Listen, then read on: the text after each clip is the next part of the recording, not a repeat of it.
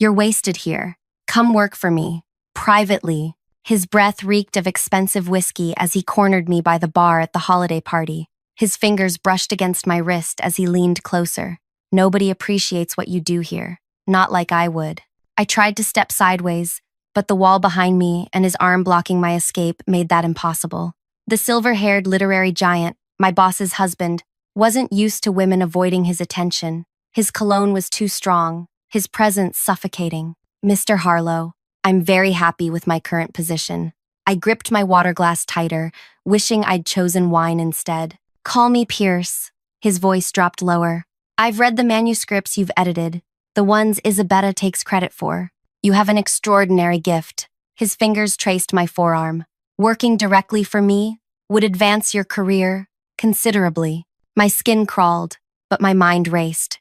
How did he know which manuscripts were mine? My boss, his wife, had sworn me to secrecy about the extent of my editing work on best-selling titles that officially bore her editorial stamp. Think about it, he pressed, hand now firmly on my lower back. You'd be my personal editor, double your salary, all the perks. His gaze traveled down my body, making his meaning unmistakable. That's when I noticed her, Isabella, standing 15 feet away, champagne flute in hand, watching her husband proposition me. Our eyes met. She didn't look surprised. She didn't look angry. She looked calculating. She turned away, rejoining the party conversation without a word. The message was clear. My boss had sent her husband to make this offer. Or worse, she knew exactly what kind of offer he was making and was allowing it. 3 years of loyalty, 3 years of staying late to fix manuscripts other editors had declared hopeless. 3 years of accepting associate editor credits, while Isabella received the accolades for transforming rough drafts into bestsellers. When Monday came, my inbox pinged with a message. Meeting with Isabella, 9 a.m. Priority. I wore my most professional outfit, the one I'd purchased with the modest bonus I'd received after fixing a celebrity memoir that won a literary award with Isabella's name in the acknowledgments. I arrived exactly on time. The winter light streamed through her office windows, illuminating the manuscript stacked on her desk, including the one I'd edited into brilliance last month, now bearing another editor's name on the cover page. You're being transferred, she said without preamble, to our West Coast office, effective immediately. I smiled because I'd already written to the board. Is something amusing? She asked, her tone sharp. Just thinking about timing, I replied. You see, your husband wasn't the first person from your household to make me an inappropriate offer. Her expression froze. 3 months ago, you suggested I ghost edit the manuscript for your friend's novel, the one she's now receiving acclaim for writing. You promised a promotion if I kept quiet. I met her gaze directly. I told the board everything this morning. She reached for her phone, but I continued speaking. I also told them how you've been assigning junior editors work to your friends for years, letting them claim authorship while the real talent stays underpaid and unnamed. You ungrateful little. The thing is, I interrupted, you could have protected your editors from your husband instead of enabling him. You could have given credit where it was due, but you chose power over integrity. Her assistant knocked, entering without waiting. The board members are here for the emergency meeting.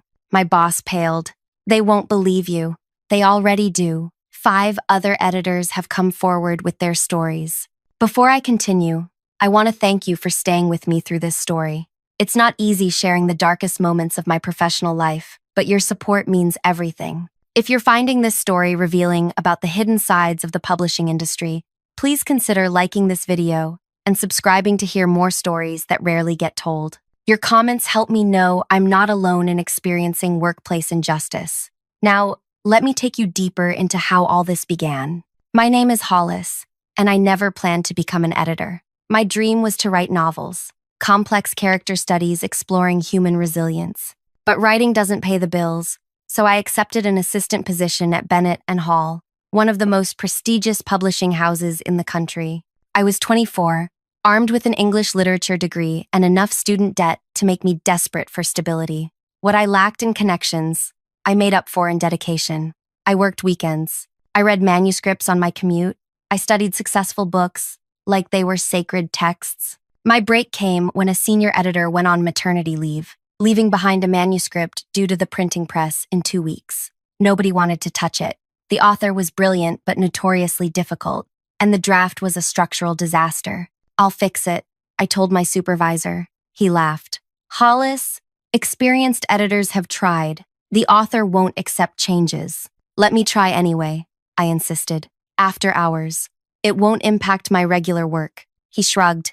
"Your funeral." For 10 nights straight, I dissected that manuscript, reorganizing chapters, tightening dialogue, enhancing character motivations, without changing the author's distinct voice. I wrote an extensive letter explaining each suggestion with references to the author's previous work, showing how my edits amplified his existing strengths. The author accepted every change. The book received rave reviews, specifically mentioning its impeccable structure and emotional precision. That's when Isabella noticed me. She called me into her office, that same office where, years later, she would try to banish me to the West Coast. "You have an exceptional eye," she said, studying me. "I could use someone with your talents." The promotion came with a modest raise and a new title, associate editor. What I didn't realize was that associate meant I would do the difficult editorial work while Isabella would take the credit. At first, I was grateful for the opportunity. Isabella was a legend in publishing. Her name on a book guaranteed reviews and sales. Working directly under her meant access to the industry's biggest authors. When she asked me to perform substantial edits on her projects, I assumed it was training, mentorship. Then came the Andrea Willis manuscript, a first-time author whose raw talent was buried under structural issues. I spent weeks reshaping it, transforming a promising mess into a powerful debut. When the final version landed on Isabella's desk, she nodded approvingly. "Excellent work, Hollis. I'll take it from here." When the novel was published 6 months later, the acknowledgments read, "To Isabella Harlow, whose brilliant editorial guidance brought this story to life." No mention of me. At the celebration party, Andrea hugged Isabella tearfully. "You understood exactly what I was trying to say." I stood in the background, champagne turning sour in my mouth. That night, Pierce Harlow approached me for the first time. "That Willis book, that was your work, wasn't it?" I froze. "I assisted Isabella," he laughed. "My wife hasn't actually edited a book in years. She's too busy with her literary lunches and television appearances." He sipped his drink. "She's built quite the system. Find talented young editors, use their work, advance her reputation." "Why are you telling me this?" "Because talent interests me." His eyes lingered too long. "Remember that, if you ever want a different arrangement." I avoided him after that, but his words took root. I began noticing patterns. Whenever a manuscript needed significant work, it came to me. When it was ready for publication, Isabella stepped in for the author calls, the planning meetings, the publicity. The other associate editors experienced the same treatment. We were Isabella's invisible workforce, our names buried in the copyright page, while hers shone on press releases. I might have accepted this arrangement, paid my dues, as they say in the industry, if not for what happened with the Lockhart manuscript. Belinda Lockhart wasn't just any author. She was literary royalty. Her novels defined American fiction for a generation. When she submitted her latest manuscript, the entire publishing house buzzed with anticipation. Isabella summoned me to her office immediately. "This needs to be flawless," she said, sliding the thick stack of papers across her desk. "Belinda specifically requested me as her editor again." I nodded, understanding the significance. Isabella and Belinda had worked together for 20 years. Their partnership was legendary. "I'll need to clear your schedule," Isabella continued. "Nothing else matters for the next month. This is your only priority." For once, I didn't mind the overwhelming workload. Editing Belinda Lockhart was a dream, a chance to learn from one of the greatest living writers. The manuscript was challenging but brilliant. Lockhart's latest novel tackled complex themes of identity and betrayal through the story of two childhood friends whose lives diverged and intersected across decades. The raw material was extraordinary, but the structure needed refinement. Certain characters required deeper development. The middle section dragged. I worked 16-hour days, 7 days a week. I declined dinners with friends, ignored calls from my mother, and survived on delivery, food, and determination. By the end of the third week, I'd transformed the manuscript into what I knew would be Lockhart's defining masterpiece. When I handed the edited version to Isabella, along with my 20-page editorial letter explaining my suggestions, she seemed impressed. "You've exceeded expectations, Hollis," she said, actually smiling. "I'll review these changes before sending them to Belinda." 2 days later, Isabella called me into her office again. Beside her sat Belinda Lockhart herself, elegant, sharp-eyed, intimidating. "Hollis," Isabella said smoothly, "Miss Lockhart wanted to thank you for the administrative support you've provided during the editing process." Administrative support? I stared at Isabella, momentarily speechless. I'd completely restructured the novel, suggested new scenes, and eliminated an entire subplot that weakened the narrative. Belinda nodded at me politely. "Always good to have efficient assistants handling the paperwork." "Hollis is one of our most promising junior staff members," Isabella added, as though throwing me a bone. That evening, I stayed late, still stunned by the encounter. Passing by Isabella's office to drop off a different manuscript, I noticed her door slightly ajar. Voices drifted out. "The changes are brilliant, Isabella." Belinda's distinctive voice was unmistakable. That suggestion to interweave the childhood flashbacks throughout rather than keeping them in the opening chapters. It transforms the entire emotional impact. "I felt the parallel structure would heighten the betrayal in the third act," Isabella replied, taking credit for my exact words from my editorial letter. "And cutting Gregory's character completely. I was so attached to him, but you were right. He diluted Marianne's journey. Sometimes we must kill our darlings," Isabella said sagely, quoting my note verbatim. I stood frozen, clutching the manuscript in my hands, so tightly the pages crumpled. This wasn't mentorship. This wasn't paying dues. This was theft, intellectual and creative theft. I walked away silently, something breaking inside me. That night, I drafted a resignation letter but couldn't bring myself to submit it. Bennett and Hall was my dream workplace. The books we published mattered. I just needed to find a way to matter too. The next morning, an email arrived from Isabella. "The board has approved your promotion to senior associate editor, effective immediately. Compensation increase of 12%. In recognition of your hard work, a bribe, a pittance, to ensure my continued silence." I accepted the promotion, but started keeping meticulous records of every manuscript I edited, every change I suggested, every note I wrote. I created a private email account and sent myself documentation after completing each project. Not for blackmail, for validation, proof that my work existed, that my mind had shaped these stories, even if my name never appeared on them. 6 months passed. Lockhart's novel won the National Book Award. In her acceptance speech, she thanked Isabella for editorial brilliance that transformed good writing into transcendent storytelling. That same week, I was assigned to edit another high-profile manuscript, a debut novelist named Talia Quinn, who'd received a record-breaking advance based on her partial draft. The complete manuscript had finally arrived, and it was disappointing. Beautiful language, but meandering plot, inconsistent characterization. I dove in, determined to save it. After 3 weeks of intensive editing, I had restructured the entire novel. The story now unfolded like a blooming flower, each petal revealing new dimensions of the characters. I was proud of what we'd created together. Then came the email from Isabella. "Excellent work on Quinn manuscript. I'll handle author communication from here." History repeating itself, but this time, something unexpected happened. The next day, I received a direct email from Talia Quinn herself. "Hollis, your editorial letter blew me away. The vision you have for this book is exactly what I was struggling to articulate. Can we meet to discuss your suggestions further?" My heart raced. Isabella had forwarded my editorial letter to the author, with my name on it. Why? It made no sense, given her pattern. Unless the manuscript was expected to fail. Unless Isabella was creating distance between herself and what she anticipated would be a critical disappointment. If the book tanked, better to have someone else's name associated with its editing. I agreed to meet Talia at a coffee shop, far from the publishing house. She was younger than I expected, barely 30, with bright eyes and nervous energy. "Your suggestions are genius," she said after we exchanged greetings. "But I'm confused. Isabella Harlow is supposed to be my editor." I hesitated, weighing my words carefully. "Isabella oversees the process. I handle the direct editing. So you wrote that incredible editorial letter breaking down the character arcs? Yes, and the restructuring suggestions for the middle chapters? Also me. Talia studied me. Interesting. When I met Isabetta last year, she implied she would personally edit my book. That's why I chose Bennett and Hall over other publishers offering more money. She tapped her fingers on the table. How many of Isabetta's books do you actually edit? The question hung between us.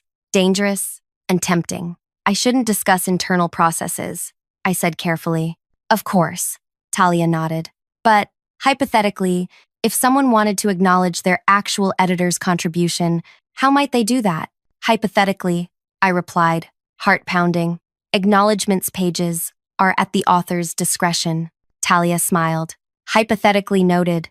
We spent the next 2 hours discussing her manuscript. Her willingness to embrace change, to push her story further, was refreshing. By the time we parted, I felt something I hadn't experienced in years. Recognition. Someone knew my work was mine. 3 weeks later, Talia submitted her revised manuscript. It was magnificent, all her unique voice and vision, but structured to showcase her strengths. Isabetta skimmed it, nodded with approval, and scheduled it for production. Looks like Quinn might not embarrass us after all, she commented to me. Good. Save. The months passed. Talia's novel went through production.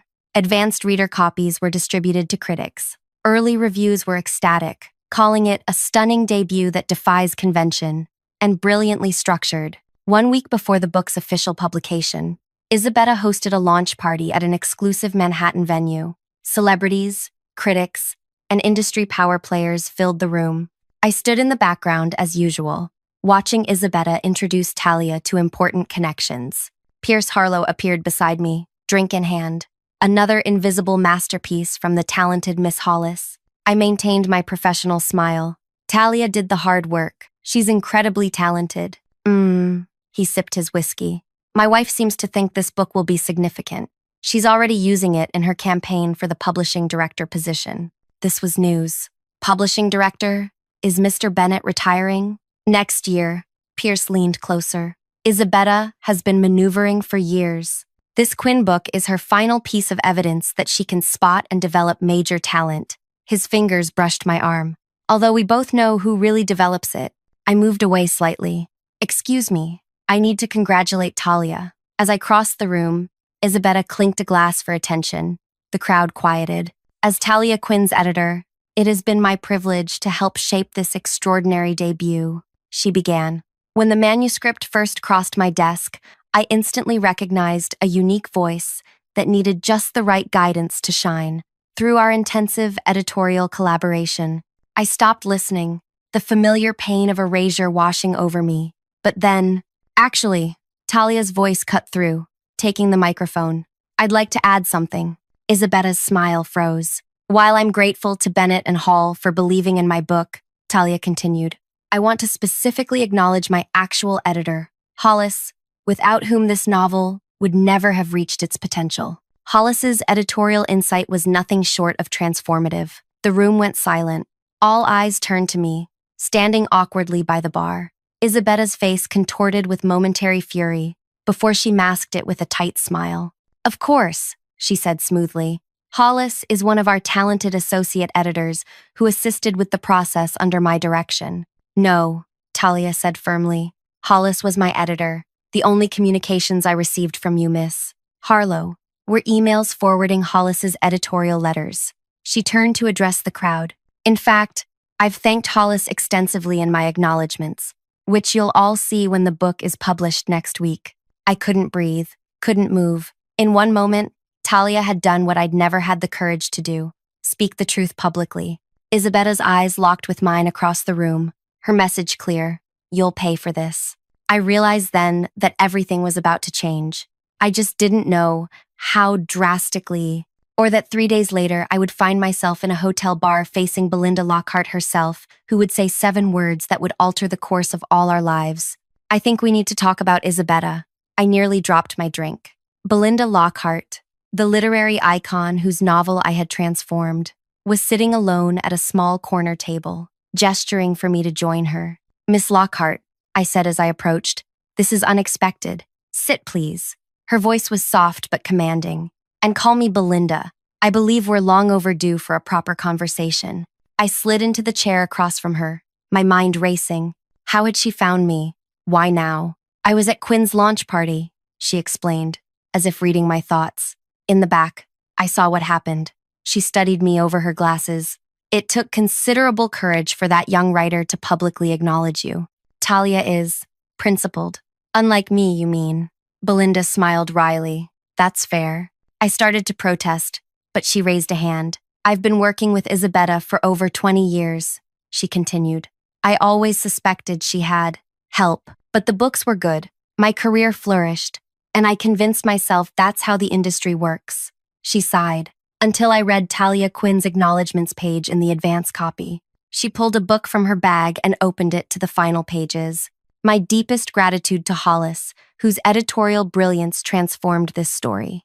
Your insights into structure, character, and narrative brought clarity to my vision without ever diminishing my voice. You are the editor every writer dreams of finding.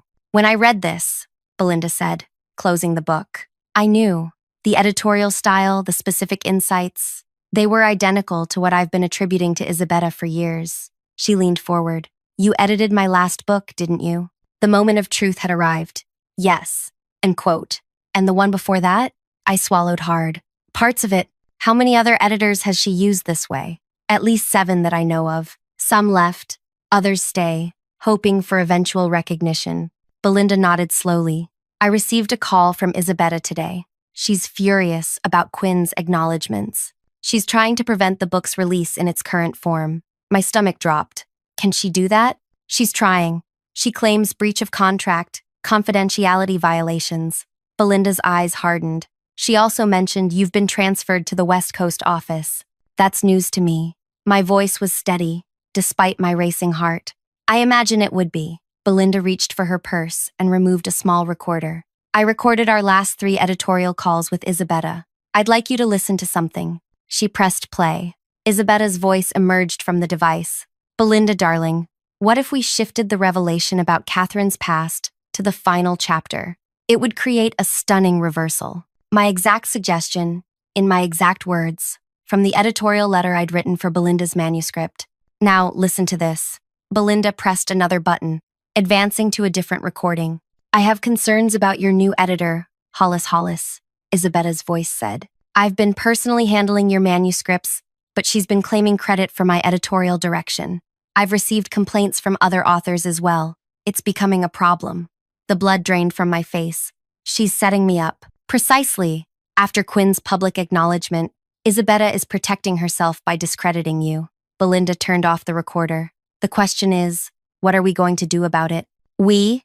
I asked, cautiously. Yes, we, along with several other authors who suspect they've been misled about who actually edited their work. Belinda smiled thinly.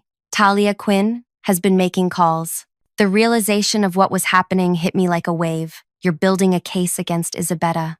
I'm seeking the truth, Belinda corrected. After 20 years, I want to know who really helped shape my books, and I want to ensure they receive proper credit going forward. As we talked further, Belinda revealed that 5 major authors had already compared notes, discovering identical editorial suggestions they'd attributed to Isabetta. They were preparing to approach Bennett and Hall's board of directors collectively. We need your documentation, Belinda explained. Your original editorial letters. Any evidence you have. I have everything, I assured her, thinking of my private email account filled with 3 years of meticulous records. But confronting Isabetta could destroy careers, not just hers. Or it could restore integrity to an industry that desperately needs it. Belinda reached across the table and squeezed my hand. Think about it. You have my number. After she left, I sat alone, weighing my options. Exposing Isabetta meant potentially upending the publishing house. People could lose jobs, books might be delayed or canceled, but continuing in silence meant perpetuating a system that exploited talented editors while elevating those who took credit for others' work. The next morning, I arrived at the office to find my access card deactivated. Security escorted me to Human Resources, where I was informed of my transfer opportunity. It's not optional, Miss Hollis, the HR director said, without meeting my eyes. You'll report to the West Coast office next Monday. May I clean out my desk? Your belongings will be shipped to you. As I was being escorted out, I saw Isabetta watching from her office doorway, a small smile playing on her lips. She thought she'd won. What she didn't know was that I'd already downloaded every email, every editorial letter, every manuscript version showing my contributions. 3 years of evidence, secured the night before after my conversation with Belinda. That evening, my phone rang continuously. Colleagues confused about my sudden transfer. Talia apologizing for potentially causing trouble. Belinda checking on my decision. I didn't answer any calls. Instead, I wrote a comprehensive account of systematic credit theft at one of publishing's most respected houses, with documented evidence attached. I named names, provided dates, included before and after manuscript sections showing my uncredited work. When I finished, I had a 40-page report that could either end my career or transform an industry. Thursday night brought the annual holiday party, the same one I'd attended twice before as Isabetta's shadow. This year, my invitation had been rescinded following my transfer, but Talia Quinn insisted I attend as her +1. You belong there more than anyone, she argued. Besides, I need moral support. Everyone's treating me like I've committed some cardinal sin by crediting my actual editor. So I found myself back in the elegant hotel ballroom, wearing the dress I'd bought for what I'd thought might be my last industry event. Editors, agents, and authors mingled, many avoiding eye contact with me. News traveled fast. Isabetta held court near the center of the room, looking immaculate in a designer dress, laughing as if nothing was amiss. When she spotted me, her smile faltered momentarily before she pointedly turned away. Drink? Talia asked, returning from the bar with 2 glasses of champagne. Thanks, but I'm sticking with water tonight, I replied. I need a clear head. For what's coming? She asked knowingly. Something like that. As the evening progressed, I positioned myself near the bar, observing the room. Several authors nodded discreetly in my direction. Belinda's recruits, I assumed. The pieces were aligning. That's when Pierce Harlow approached, his confidence amplified by alcohol. The outcast returns, he said, leaning against the bar beside me. Brave of you. Just supporting my author, I replied coolly. Ah, yes, the loyal Miss Quinn. Did you know Isabetta is trying to drop her book entirely? Claims it's not meeting quality standards suddenly. My anger flared. Talia's novel is brilliant. I agree. I read the advance copy. He moved closer. You know, my wife's vendetta against you is creating an opportunity. What kind of opportunity? The kind where talents like yours could be better appreciated. His eyes traveled down my body as he leaned in. You're wasted here. Come work for me, privately. His breath reeked of expensive whiskey as he cornered me by the bar. His fingers brushed against my wrist as he leaned closer.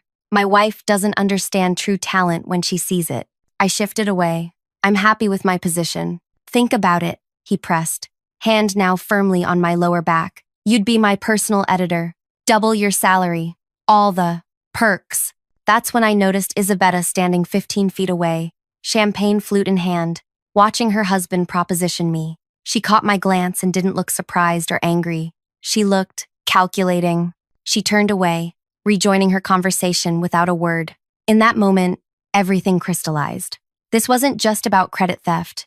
This was a systematic pattern of exploitation, professional and personal, perpetrated by both Harlows. They identified talent, isolated it, exploited it, and discarded it when it became inconvenient. Pierce was still talking, outlining his opportunity when I interrupted him. Does your wife know you make these offers to her editors? Or is this part of your arrangement? He stiffened. I don't know what you mean. I think you do. You identify vulnerable talent for each other. She gets the professional credit. You get other benefits. His face darkened. You're making dangerous accusations. No, I said calmly. I'm describing a pattern, one that 7 editors and 12 authors are prepared to testify about to the board tomorrow morning. The color drained from his face. What? 9 o'clock. Emergency meeting. I assumed you knew. I smiled. After all, you're on the board.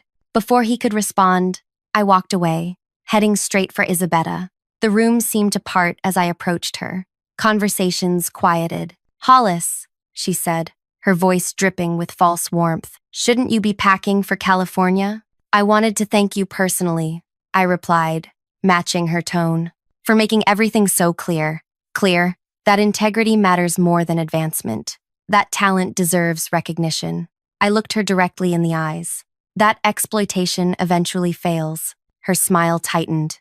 If you're finished with your dramatic goodbye, I'm not going anywhere, I interrupted. But after tomorrow's board meeting, you might be. Understanding dawned in her eyes. You wouldn't dare. The thing is, Isabetta, I never wanted your job. I just wanted to do mine with dignity. I pulled out my phone and showed her the screen. An email confirmation from the board secretary acknowledging receipt of my report. See you tomorrow. As I walked away, Isabetta grabbed my arm. You ungrateful little, she hissed. Everything all right here? Belinda Lockhart appeared beside us, 5 acclaimed authors flanking her. Behind them stood 3 editors I recognized as fellow victims of Isabetta's system. Isabetta released my arm immediately. Just a professional disagreement. Excellent, Belinda said smoothly. We can address all professional matters tomorrow morning then. She turned to me. Ready to go, Hollis? We have preparation to do. The board meeting lasted 6 hours. Editors presented evidence. Authors testified. Pierce Harlow resigned before proceedings even began. Isabetta maintained her innocence until confronted with the recorded phone calls, then shifted to justification, claiming the system benefited everyone by maintaining the prestige of established editorial names. By afternoon, the decision was unanimous. Isabetta was removed from her position. A new policy was instituted requiring transparent attribution of editorial work. Every book previously edited under false pretenses would receive corrected acknowledgments in future printings. 3 months later, Bennett and Hall announced a restructuring of its editorial department. I was appointed editorial director of a new division focused on developing debut authors. My first acquisition was a stunning manuscript by a former assistant who'd quit after Isabetta stole her editorial work. Talia Quinn's novel became a bestseller, its success untainted by controversy. Belinda Lockhart publicly acknowledged the unnamed editors whose brilliance shaped her books over the years in her next acceptance speech. The industry changed, not completely, not perfectly, but meaningfully. Other publishing houses instituted similar transparency policies, fearful of their own scandals. As for Isabetta, she opened a small literary consultancy that quickly failed when authors discovered she couldn't reproduce the editorial magic they'd expected. The sweetest moment came 6 months later, when I received an email from her. My new client needs developmental editing. Your rates are extortionate, but apparently you're the best. Would you consider a confidential arrangement? I'll take the public credit. You'll receive generous compensation. I replied with a single sentence. I only work where my name appears on what I create. Some call it revenge. I call it restoration of truth, of dignity, of an industry where words matter and those who craft them deserve recognition. Thank you for listening to my story. If you found value in this journey through the hidden workings of the publishing world, please like this video and subscribe for more stories that pull back the curtain on industries where credit isn't always given where it's due. Your comments help create community among those who've experienced similar injustices in their professional lives. Remember, speaking truth may not always be safe, but silence guarantees nothing will change.